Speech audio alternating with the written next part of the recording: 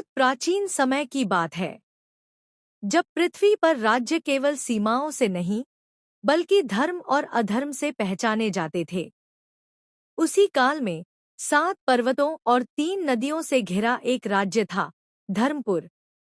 धर्मपुर कोई साधारण राज्य नहीं था। यहाँ खेत सोना उगलते थे, नदियां दूध सी उजली बहती थी, और सबसे बड़ी बात, यहाँ न्याय बिकता नहीं था। पर यह सब यूं ही नहीं हुआ था। इस समृद्धि के पीछे एक महान आत्मा का जन्म होने वाला था। एक साधारण घर में असाधारण जन्म। धर्मपुर के सुदूर गांव वीरग्राम में एक साधारण किसान रहता था, हरिदत्त। उसकी पत्नी सावित्री अत्यंत धर्मपरायण स्त्री थी। उनके पास धन नहीं था, पर संस्कार अपार थे।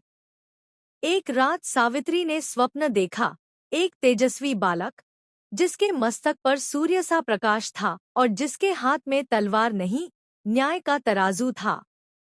भोर होते ही उसके घर पुत्र जन्मा।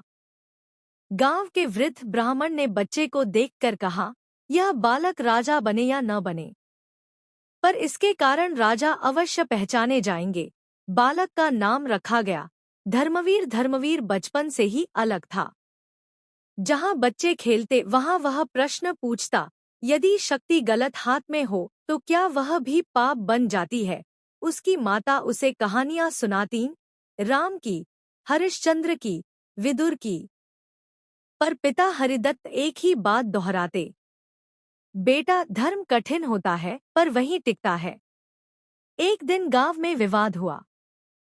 2 किसान पानी के कारण झगड़ पड़े। गांव का मुखिया पक्षपात कर रहा था। सब चुप थे, पर केवल 12 वर्ष का धर्मवीर आगे आया। उसने कहा, यदि पानी सबका है तो अधिकार भी सबका है। मुखिया होकर भी आप धर्म से ऊपर नहीं। गांव सन्न रह गया। मुखिया क्रोधित हुआ, पर बुजुर्गों ने बच्चे की बात मानी।